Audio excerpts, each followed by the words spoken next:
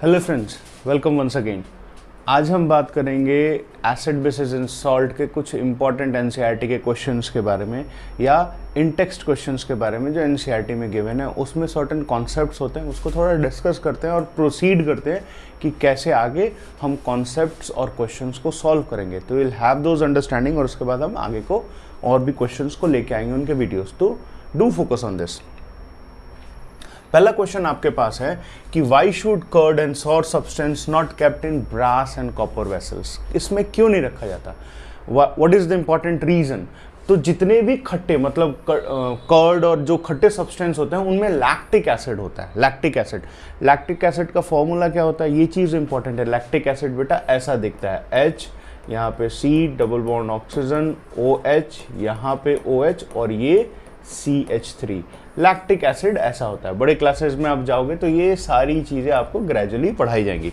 तो lactic acid ऐसा होता है। अब इस लैक्टिक एसिड की खास बात ये होती है कि जो ब्रास और कॉपर के मेटल्स है ना, उनके साथ ये रिएक्ट करके और उन मेटल्स को धीरे धीरे क्या करते हैं? डाइल्यूट करना शुरू कर देते हैं। तो ये एसिड्स इन मेटल के साथ कुछ ऐसे कंपाउंड्स बनाना शुरू कर देते हैं कि जब आप उसको कंज्यूम करोगे तो वो हेल्थ के लिए अच्छा नहीं होता, हेल्थ हैजार्ड हो जाता है। इसलिए जब भी हम कर्ड सोर्स सब्सटेंस रखते हैं तो मेटल लैक्टिक एसिड होता है। These acids react with brass and copper metals to form a poisonous metal compound, जिसको बड़े क्लास में हम कॉम्प्लेक्स कंपाउंड भी बोलते हैं, which is harmful when we consume it. तो it's a very important thing. Now next question है कि कौन सा which gas is usually liberated when an acid react with metal? Illustrate with an example and how we will you test the presence of these gas. तो generally क्या होता है कि hydrogen gas liberate होती है मेटल के साथ। एक बेसिक रिएक्शन हमने पहले भी किया था कि Mg प्लस HCl इसके साथ रिएक्शन करेंगे और इसको हम 2 मोल लेंगे। 2 मोल क्यों लेंगे वो वीडियोस में एक्सप्लेन किया हुआ है। तो फॉर्मेशन क्या हो रहा है? MgCl2 और प्लस इससे H2 गैस क्या हो रही है? लिबरेट हो रही है।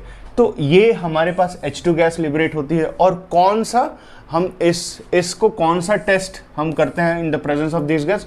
तो पॉप साउंड का जो टेस्ट होता है ना, पॉप साउंड जो टेस्ट करते हैं, हम कैंडल लेके आते हैं और वो सोप बबल से जो बाहर की तरफ निकलता है, तो जो पॉप साउंड आता है उसका जो टेस्ट होता है, we generally use to do these kind of test on in this very chemical reaction. तो पॉप टेस्ट करते हैं और पॉप साउंड कन्फर्मेटरी होता है उसका। और जब भी किसी मेटल के साथ एसिड रिएक्ट करता है तो हाइड्रोजन गैस प्रोड्यूस हो रहा है या होता है। नाउ नेक्स्ट क्वेश्चन क्या है कि metal compound A react with dilute hydrochloric acid to produce an effervescence. जो गैस इवॉल्व हो रही है वो extinguish a burning candle, write a balanced chemical equation for this very reaction. One of the compound formed is a calcium chloride. अब उसमें ये बता रहा है कि कौन सा ऐसा मेटल कंपाउंड है जब वो हाइड्रोक्लोरिक एसिड के साथ रिएक्शन करता है तो वो कुछ गैसेस प्रोड्यूस कर रहा है और वो गैसेस के अंदर नेचर होता है कोई भी बर्निंग कैंडल को ऑफ कर देने का, और उसमें एक कंपाउंड कैल्शियम क्लोराइड है। तो हम सबको पता है कि हमारे पास जो कंपाउंड होगा वो क्या होगा? Calcium carbonate. ये कैल्शियम कार्बोनेट हाइड्रोक्लोरिक एसिड के साथ इस रिएक्शन में भी हमने वीडियो की बात की थी, उस वीडियो में अपने डिस्कस किया है। कैल्शियम कार्बोनेट जब HCl के साथ रिएक्शन करेगा तो क्या बनाएगा? Calcium chloride. और ये गैस आपको पता कि कार्बन डाइऑक्साइड क्या होता है? एक फायर एक्सटिंग्विशर होता है। तो कार्बन डाइऑक्साइड निकलेगा और उसमें से वाटर कंपाउंड बाहर की तरफ निकलेगा। तो ये कार्बन डाइऑक्साइड रिस्पॉन्सिबल होता है किसके लिए? जो बर्निंग कैंडल्स होते हैं उनको फ्लेयर ऑफ या ऑफ करने के लिए। तो गैस इवॉल्व होता है वो कार्बन डाइऑक्साइड होता है। Am I making sense? ये रिएक्शन देख लीजिएगा एक बार, जो हमने इसको डिस्कस भी किया है। नाउ नेक्स्ट क्वेश्चन एक एनसीईआरटी में है कि HCl या HNO3, ये HNO3 ऐसा है भाई, HNO3 को क्या कहते हैं भाई? HNO3 को क्या कहते हैं हम? Nitric acid. HNO3 को हम क्या कहते हैं? Nitric acid. और ये किसके साथ रिएक्शन कर रहा है? HCl के साथ। किसके साथ है? सॉरी, HNO3 और HCl। क्वेश्चन क्या है? व्हाई डू HCl और HNO3 show acidic character in an aqueous solution while compound like alcohol and glucose does not show acidic character।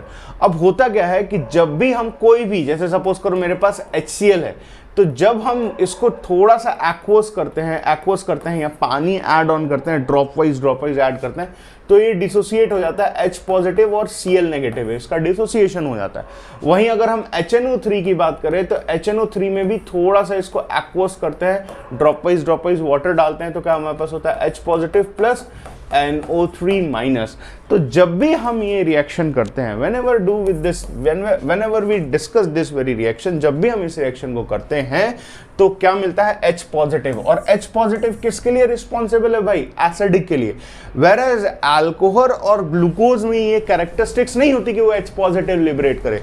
कोई भी अल्कोहल या ग्लूकोज मॉलिक्यूल ले लो, तो अल्कोहल, लेट सपोज कि मेरे पास अगर ये CH3OH है, ये अल्कोहल है, ये डिसोसिएट करने के बाद H पॉजिटिव कभी नहीं देता। उसी तरीके से C6H12O6 है, ये डिसोसिएट करने के बाद भी हमारे पास कभी भी ये H पॉजिटिव नहीं देता।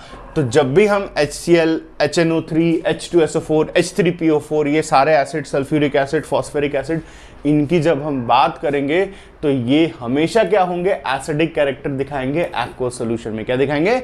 एसिडिक कैरेक्टर दिखाएंगे किसमें? एक्वस सोल्यूशन में। It is very important. Now next question क्या है? नेक्स्ट क्वेश्चन क्या है? Why does an aqueous solution of acid conduct electricity?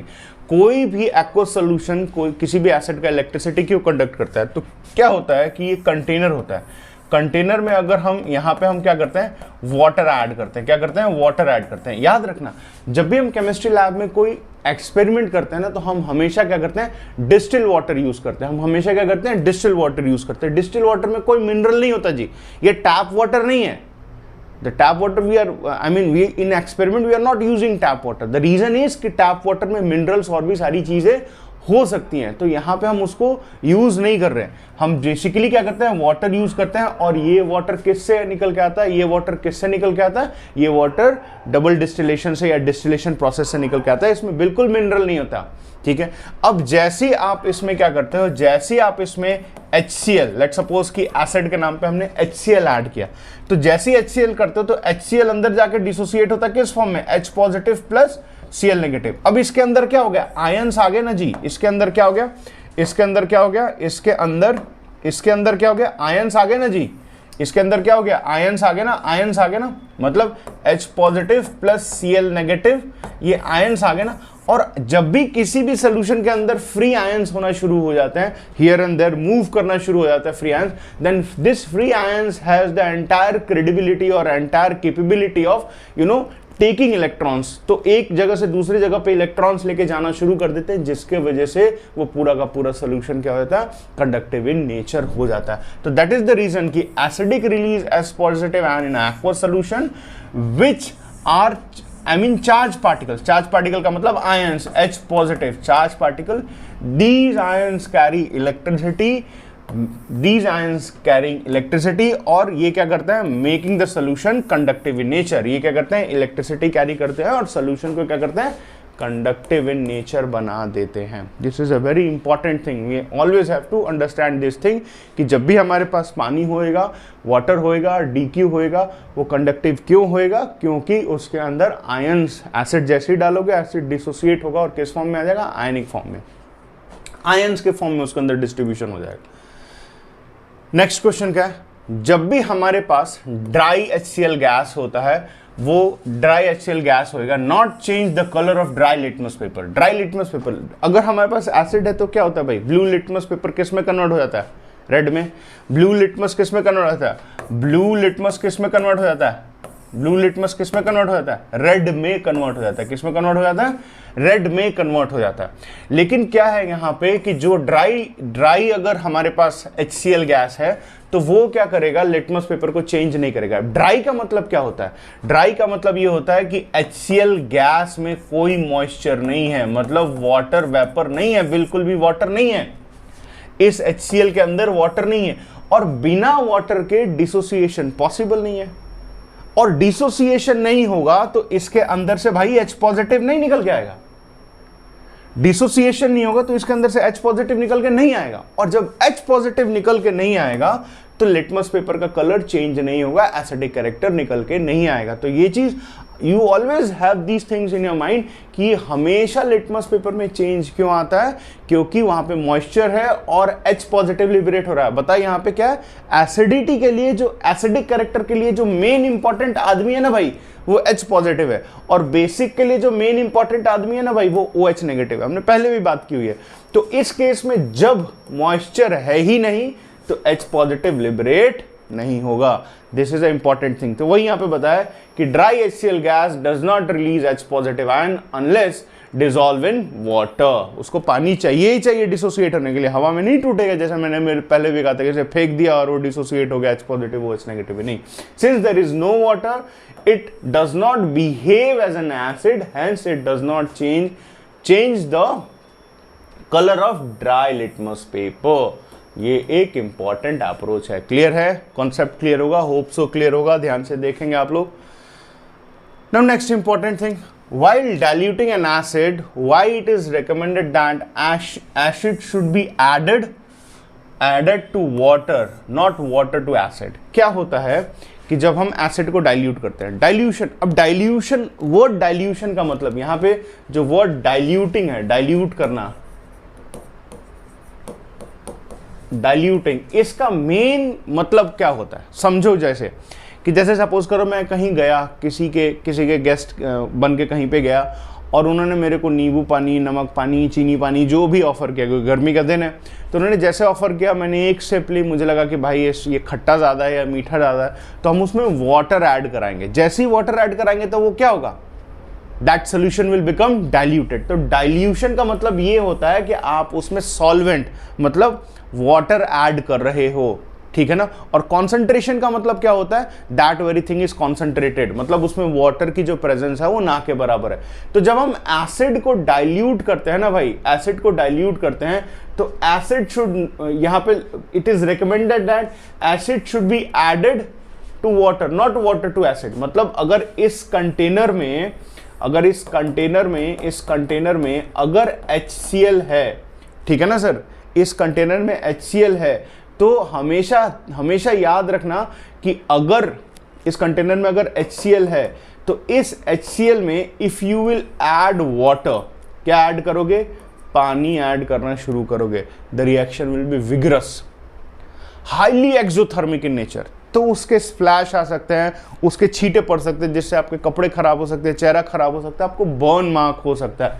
इसीलिए हम हमेशा वी ऑलवेज प्रेफर कि adding water to a concentrated acid, अगर ये कंसंट्रेटेड एसिड है और इसमें अगर वाटर ऐड करेंगे तो हाईली एक्सोथर्मिक होगा, the reaction will be highly exothermic, और उसमें बहुत ज्यादा हीट लिबरेट होएगी और you can be get injured with that. तो इसलिए हमेशा रेकमेंडेड होता है, ये पाथ बिल्कुल रेकमेंड नहीं होता। हमेशा क्या रेकमेंडेड होता है कि आपने कंटेनर लिया, आपने क्या इसके अंदर क्या है वाटर, और फिर आप HCl एसिड ऐड करें, और वो भी एकदम से नहीं कि ग्लास डाल दिया धड़ाम से, ड्रॉप वाइज ड्रॉपर से, पाइपेट से हम उसको ऐड करते हैं बहुत ही धीरे धीरे, तब जाके हमारे पास सर्टेन चेंज, केमिकल रिएक्शंस और वो जो चेंजेस आते हैं, we consider those things. Now next question पे आते हैं, how is concentrated hydronium and H3O positive affect when a solution of an acid get diluted।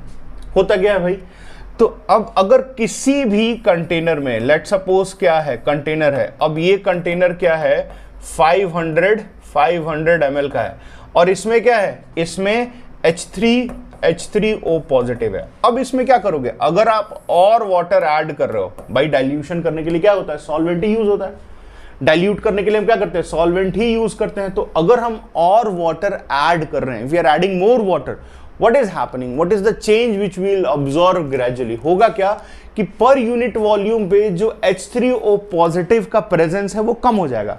पहले वो 500 ml पे लेट सपोज कि कुछ एक specific molecule of H3O positive exist कर रहा था, लेकिन जैसे वाटर ऐड किया, लेट सपोज कि हमने 500 ml और ऐड कर दिया इसमें, तो वो जो हमारे पास H3O पॉजिटिव था, अब टोटल कितना 1 लीटर 1 लीटर में उतना H3O पॉजिटिव पार्टिकल्स होगा। मतलब क्या होगा कि जो पर यूनिट वॉल्यूम पे H3O पॉजिटिव की जो कॉन्सेंट्रेशन है, मतलब उसका जो प्रेजेंस है वो कम हो जाएगा।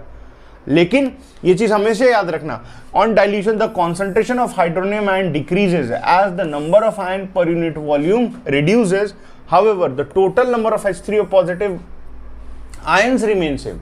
मतलब जो H3O पॉजिटिव आयन है उसमें कोई चेंजेस नहीं आएगा, लेकिन पर यूनिट वॉल्यूम पे पहले वो कुछ एक स्पेसिफिक अमाउंट एग्जिस्ट कर रहा था, आपने और सॉल्वेंट ऐड किया तो उसकी जो कॉन्सेंट्रेशन है वो क्या होगी, it will decrease gradually. It is bit important, ध्यान से देखेंगे। Now coming to the next question. Next question में क्या है कि हमारे पास सेम वही क्वेश्चन है कि हाइड्रोक्साइड आयन, मतलब कि ये पहले क्या था, वो एसिड था, अब ये क्या है हमारे पास OH नेगेटिव है, तो क्या है, बेस है। और इफेक्ट होगा व्हेन एक्सेस ऑफ, क्या होगा हमारे पास, effect when excess of base is dissolve in the solution of sodium hydroxide, मतलब एक्सेस ऑफ बेस। तो अब क्या होगा कि जैसे आप, और जैसे हमारे पास OH नेगेटिव है और उसमें क्या होगा और OH नेगेटिव, क्योंकि सोडियम हाइड्रोक्साइड ऐड कर रहे हैं ना भाई, क्या ऐड कर रहे हैं, सोडियम हाइड्रोक्साइड, मतलब NaOH ऐड कर रहे हैं, तो NaOH इज अ बेस, क्या हो रहा है, Na positive plus OH negative, तो इसका मतलब कि और बेस ऐड हो रहा है उसके अंदर, क्या हो रहा है, और बेस ऐड हो रहा है। तो इसका मतलब क्या है कि जो कॉन्सेंट्रेशन है, मतलब जो प्रेजेंस है OH नेगेटिव का, वो क्या होगा, इंक्रीज हो जाएगा, क्योंकि वो पहले से बेसिक था and you start adding more base to it, तो जो कॉन्सेंट्रेशन OH नेगेटिव का, it will increase, it will shoot it up, तो वो इंक्रीज करेगा, एक्सेस बेस ऐड होगा। सिंस सोडियम हाइड्रोक्साइड क्या है, स्ट्रॉन्ग बेस है एंड डिसोसिएट होगा कंप्लीटली, मतलब वो स्ट्रॉन्ग बेस है, और जब भी आप उसको ऐड करोगे और पहले से कोई चीज किसी कंटेनर में बेस प्रेजेंस है तो उसकी कंसंट्रेशन और भी बढ़ेगी, मतलब वो और भी बेसिक इन नेचर होगा। नाउ अब है, what effect does concentration of H positive aqueous ion have on the nature of solution.